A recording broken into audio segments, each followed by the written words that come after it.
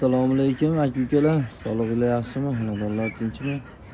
Kavkaz farzandlarimiz ko'pchilik so'rayapti edi, sotuvda bormi, sotasizmi deb. Xudo xolasa bugundan sotuvni boshladik.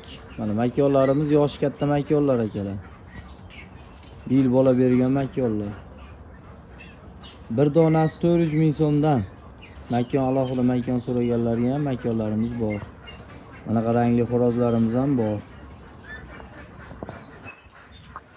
Yetilgan xorozlarimiz ko'p. 5 tacha xorozimiz bor, o'tgan yilgi rejalar bir yil bola bergan xorozlarimiz ham bor. Bemalol aloqaga chiqaverasizlar. Mana shuni holatda hammasi. Tasakkalarimiz bor.